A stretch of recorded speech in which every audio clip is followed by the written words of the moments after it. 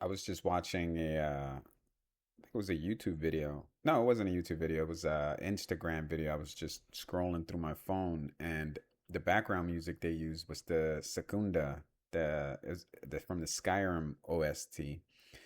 I had all the time in the world to look up the composer, and I didn't because I'm retarded. But damn, as soon as I heard that theme or song or track or score or whatever, it just gave me goosebumps like all over. I can visibly see goosebumps in my arms. And I was just thinking, like, God damn, how powerful music is. Now, I know that sounds cheesy, I'm aware, but when you contrast it, when you compare it to what I'm about to say, it makes sense, right? And I won't sound like, wow, dude, like music, it's the world, man. Music is life, bro. I have friends that turn off music completely in video games, completely, like zero music. So they never even got to experience like some of these tracks that are iconic to me, like we've played this. I have a particular friend, and I'm going to bring him up a lot um during this conversation here. As a matter of fact, I ain't even gonna lie, he's usually the main topic in all my videos. Somehow it always leads to him because he's an interesting guy, like it may sound like I'm picking on him, but he really is one of a kind in a fucked up, twisted, convoluted way. He's a good dude. Don't get me wrong. I'm just saying he has a lot of issues, man. And no judgment. I got issues too. We all do. But he would play games and just shut off the music completely. So me and him would play the same games that we both find iconic, and they're like like they're big parts of why we love video games, right? But I experience the game more different than him in many ways, right? Usually I like to bump up the difficulty. He likes to lower down the difficulty, but that's just one out of the many ways that me and him differ when we both play video games. But I can't imagine playing a game like Oblivion or Skyrim or, Red Dead Redemption or The Witcher or Cyberpunk, and or Kingdom Come Deliverance, which to me personally is an all-time classic. To me, that deserves to stand on the shoulders of games that I just mentioned. I can't imagine playing these classics with no music. Excuse me. And I can't imagine how different that experience would be, right? Like it'll probably be better in some ways because, in real life there is no music following you around and just playing randomly in different areas and stuff. But so it would make the gameplay a little more realistic because you'll be able to hear your footsteps, gunshots, the horse, assuming you're playing a game with a horse, because it'll be weird if a horse just makes a sound and there's no horses in the game. I would question your life decisions. And not have any type of music in the background. Like some of these tracks are like they surpass video gaming. Like when you hear the Mario theme, even someone who doesn't play video games, they know what that theme is. When they hear certain sound effects, like Mario's hop, or even the catchphrase, "It's me, Mario." That, like, well, obviously you're gonna know it's Mario because fucking Mario. I like the way I'm saying Mario. You know the Mario, the Italian plumber. Mario, like obviously he says it to me, Mario, so you should know it's fucking Mario. But what I mean, like, even if you, like I said earlier, like if you hear the hop or you hear the song, or it's fucking Mario, man. Like some things just transcend video gaming, and some tracks do. Some tracks, you know, I remember the first time I heard that hip hop artists were sampling songs from video games. This is one of the earlier references that I'm like earlier, and I'm talking about like early '90s. There was a game called Eternal Champions, It was like I guess you can call it a Mortal Kombat competitor, even Street Fighter competitor. Fighting games are really huge at this time, and I guess they kind of are, but I don't know. I think they're past their prime, to be honest. But I think it was Bone Thugs and Harmony, right? They were like a major hip hop group at the time. They sampled a track. I think the track was called Eternals, which makes sense because they sampled Eternal Champions. And speaking of sampling, we're in the subject of music, right? When I was younger, I didn't think much of it, but now I have mixed feelings about it, right? Because, I can understand why a lot of artists that had their music and songs sampled, I can see why they're pissed off at hip hop artists, particularly because hip hop artists and rap artists, they've made a career out of taking someone else's work. Now, taking, you can interchange that word with stealing, drawing inspiration from, borrowing, but no matter what word you decide to use there, they did take it. They took it. And some artists are straight fucking blatant with it. Like,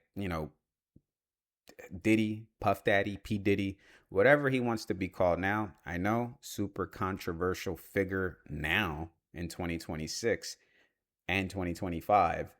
But, when I was growing up, he wasn't. Puff Daddy that was his name, Puff Daddy. I'm sure it's just Diddy now or whatever. And it was, he was the man. That's just the way it was. Everyone knew who Diddy was. He was like the godfather of hip hop slash rap. But, he stole, borrowed, drew inspiration from, took. You choose the word. I'm gonna say stole because he made it egregious. Like he just made a career out of taking like, songs and just sampling them and just there was a lyrics that he said in a song. He said take hits from the 80s, make them sound so crazy. And basically he was just saying like, yeah, we take songs that already were hits and then we just remake them and turn them into hits again. And it's weird, right? It's kind of weird that not only you can do that, but that you made a whole career out of someone else's career. But anyways, he was egregious with it. He's an extreme example because everyone sampled. It wasn't just him, but he just like he took it overboard. So I don't know what my original point was, but I can't imagine myself being in a situation where I'm playing a video game and I can't hear the type of music. Sometimes the music is so good that like it acts as its own type of medium, like meaning that after you play the game, you can download that music on Spotify or stream it on Spotify or YouTube or wherever you listen to your music from. And now it's no longer, it transcended video games. Now it's in your playlist. Now it's music, right? And some songs are that good. I've got a couple of video game songs in my Spotify, although I don't use Spotify as much nowadays. And when I do, it's for like podcasts.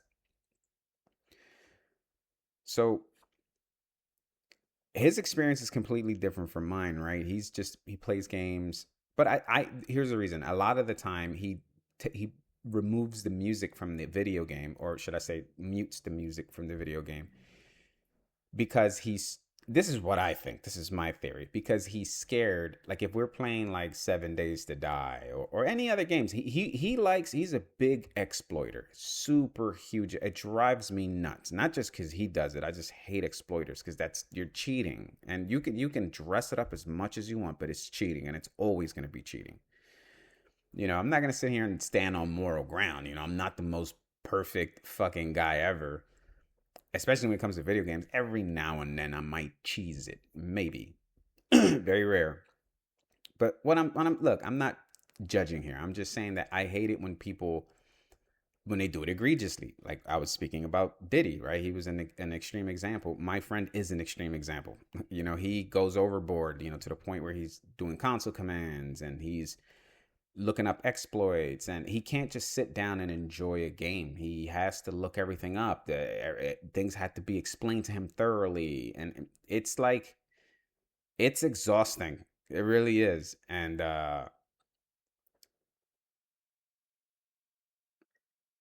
it makes me think, like,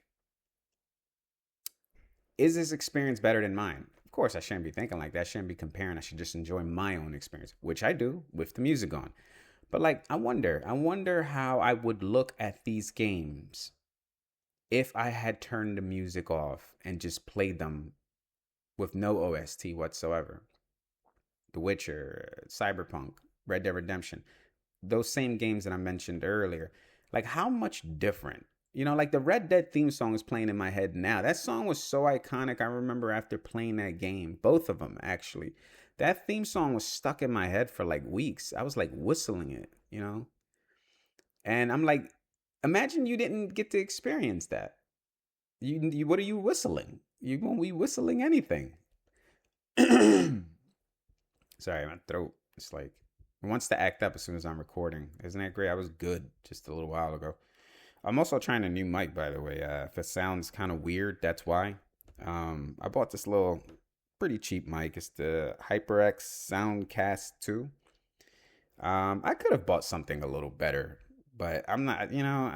I gave up on the dedicated mics on gaming headsets because gaming headsets they don't sound bad, but I have some better headphones. I have some like older Sonys and some Sennheisers, some IEM Sennheisers that are definitely better than my gaming headset from SteelSeries. But I thought to myself, like, you know what? I'm just gonna use those, the better quality sounding headphones, and then just buy a little dedicated mic. And I was like, you know what? I could use this for my little stupid videos. So it kind of works out. I hope it sounds good. So that's all I was just thinking about, like how important music is to video games, and I mean music in general, right? Like I said earlier, it can be its own medium. That's why I will always maintain that video gaming is the best form of entertainment in existence, hands down. And of course, that sounds extremely biased because I love video games. Sure, you fine, I'll take it. But I'm looking at this as objectively as I possibly can. Excuse me. Think about it. Video games have like three different mediums in one, probably more that I can't think of right now. But you've got music, you've got some form of a story or like a script that someone wrote, just like a movie. So you got a TV show, music, movie, all rolled up in one. And of course, depending on what type of game you're playing, maybe a puzzle game, right? Like whatever the case may be, like whatever you're looking for, it's out there. You want to play puzzle games, you want to play RPGs, you want to play racing games, you want to play fighting games. They're all out. There's something for everyone, and I will always maintain this. I say this. I'm like people who say I'm not into video games. I feel like